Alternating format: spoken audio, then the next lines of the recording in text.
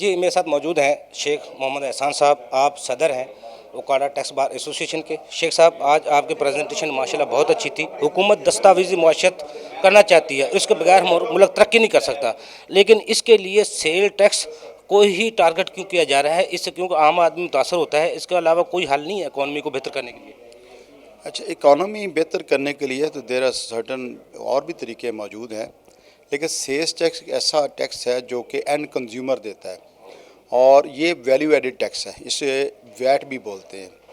ये उसमें तो जो इनकम टैक्स है उसमें मखसूस लोग अपनी अर्निंग पर देते हैं, जबकि सेल्स टैक्स का स्कोप बड़ा वास्ट होता है।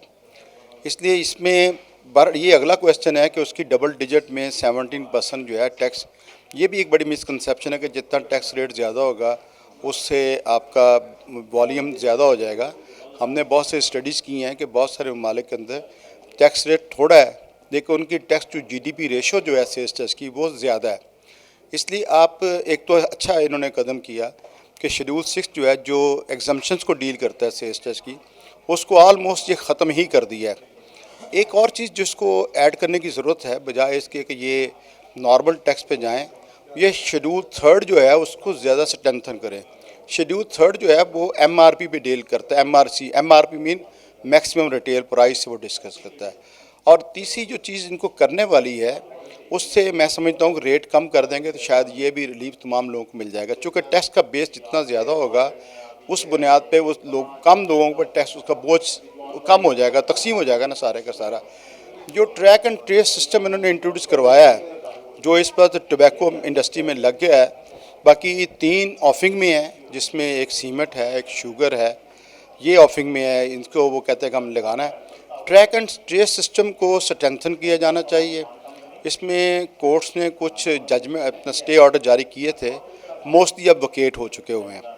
ट्रैक एंड ट्रेस में यह है कि कोई प्रोडक्ट जिस पे वो मिसिंग होगा बार कोड, वो मार्केट में सेल नहीं हो सकेगी, तो उसमें ये पैरिटी आ जाएगी। अब ये सूरत हाल ये है कि जैसे इन्होंने पीओएस इंस्टॉल किए हैं 243 सेक्शन के तहत सेल्स टैक्स के, उसमें बड़े दुकानदार जब वो अंडर इमेंस प्रेशर आ गए और वही प्रोडक्ट जो एक पीओएस की रिटेल आउटलेट पे पड़ी हुई है वो 17% ज़्यादा टैक्स रेट पे है और जो आम आउटलेट पड़ी है वो सस्ती पड़ी हुई है।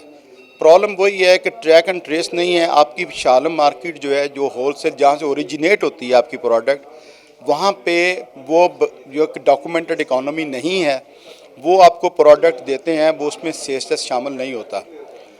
अगर वही प्रोडक्ट आउटलेट पे आती है जो पीओएस के साथ इंटीग्रेट है तो उसको 17% उसमें ऐड करना पड़ता है।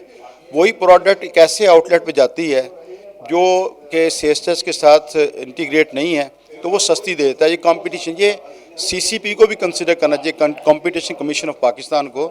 अगर कंपटीशन कमीशन ऑफ पाकिस्तान जो है उसका दायरा कार अगर आम मैन्युफैक्चरर पे या आम फर्द पे है तो मैं समझता हूँ कि इसकी एप्लीकेशन गवर्नमेंट डिपार्टमेंट पे भी आनी चाहिए, क्योंकि इक्वालिटी जो है ना, पैरिटी, वो बड़ी ज़रूरी चीज़ है।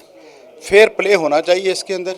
अगर आप ये सारे इकदाम करें कि ट्रैक एंड ट्रेस हो, 3rd शेड्यूल को स्ट्रेंथन करें, तो टैक्स की चोरी रुक जाएगी।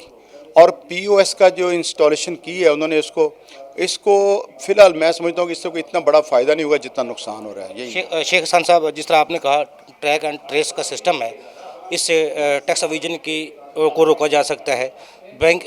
डिजिटल बैंकिंग निज़ाम को हुकूमत लाना चाहती है। आप समझते हैं जो एंटी मनी लॉन्ड्रिंग एक्ट लाया गया है, बेनामी एक्ट लाया गया है, इनके होते हुए जो टैक्स एविजन को रोका जा सकता है? दूसरा ये है, जिस तरह हमारे कानून आ रहे हैं, बजट्स आ रहे हैं, मिनी बजट आ रहे हैं, टैक्स कवानीन और टैक्स पॉलिसियाँ हमारी ज़मीन हक़ाइक़ से कितने मुतसादम है, इनका क्या हल है? असल में इसमें ना जी, हमें एक दिन तो ये करना था, ये हम रह नहीं सकते थे। फैटफ ने हमें जो ग्रे लिस्ट में डाला है उसकी कोई वजह है, चूँकि हम एक्सपोर्ट करते हैं तो उससे हम डॉलर कमाते हैं फॉरेन करेंसी, इंपोर्ट करते हैं तो उससे परचेज़ करते हैं। पिछले 25-30 साल से हमारी एक्सपोर्ट्स जो हैं ना क्वालिटेटिवली ना क्वांटिटेटिवली उसमें कोई इजाफा नहीं हुआ, जबकि अभी पिछले 2-3 साल से इसमें काफ़ी बूम आया है। वेयर एज कि हमारी परचेजेस जो थी वो बहुत ज़्यादा बढ़ गई। अब सवाल ये है कि उन परचेजेस के लिए डॉलर कहाँ से आ रहे थे। अब हमने किया कि उसमें कि protection of economic reforms act लेके आए 1992 का। हमने डॉलर को साइफन किया रेस्ट ऑफ द वर्ल्ड से और उसको एक एमनेस्टी दे दी कि आप डॉलर लाइए, यहाँ डॉलर जमा करवा दीजिए, हम नहीं पूछेंगे पैसे कहाँ से आए, भेजने वाला कौन है। इस किस्म के स्टेप्स ने आज मजबूर कर दिया कि इकॉनमी, अब फैटफ ने आपको पाबंद कर दिया कि जब तक आप इकॉनमी के डॉक्यूमेंटेड नहीं करेंगे, अपने स्टेट बैंक को आप पूरी वो नहीं देंगे, उसको अथॉरिटी नहीं देंगे, उस वक्त तक अब डिजिटल मीन जो आई है, ये डिजिटल जो मोड ऑफ पेमेंट है, ये अभी तो कंपनीज तक महदूद किया है और उसका थ्रेशोल्ड 2,50,000 रखा है। मैं समझता हूँ कि आइंदा दौर में शायद ये ट्रिकल डाउन करके नीचे भी आएगा, एसोसिएशन पर्सन को भी जाएगा, इंडिविजुअल्स को भी जाएगा। ये डॉक्यूमेंटेशन गो हमें बड़ी तकलीफ दे है। सच्ची बात यह है कि पाकिस्तान की जो कैश इकॉनमी है इस वक्त 8 ट्रिलियन यूएस डॉलर की है, दुनिया की 8वीं बड़ी हमारी इकॉनमी है कैश इकॉनमी।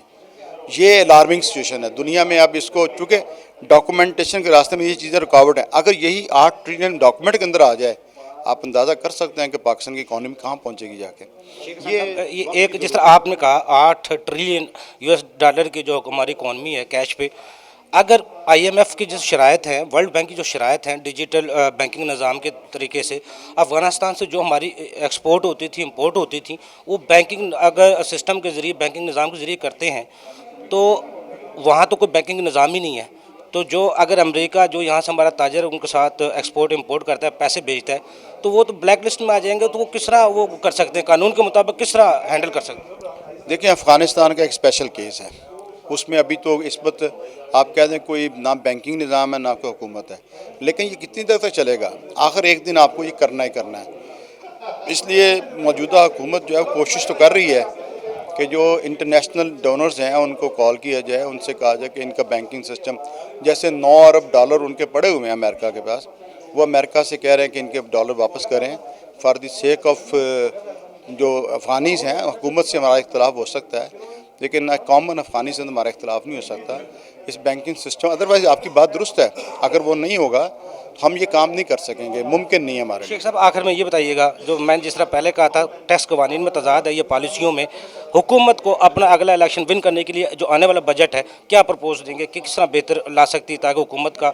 एतमाद अवाम पर मुकम्मल हो सके? मेरी अपनी ज़ाती राय ये कि जो फ़िक्स टैक्स रजीम है इसको तो ख़त्म कर देना चाहिए और मिनिमम टैक्स रजीम को उससे रिप्लेस करना चाहिए कि जो विद होल्डिंग होती है, हम फौरी तौर पर ये रिस्क नहीं ले सकते कि हम ये बात कह दें कि जी इस टैक्स विद होल्डिंग ख़त्म कर दी है, चूँकि हमारी इकॉनमी में भी जान नहीं इतनी सारी।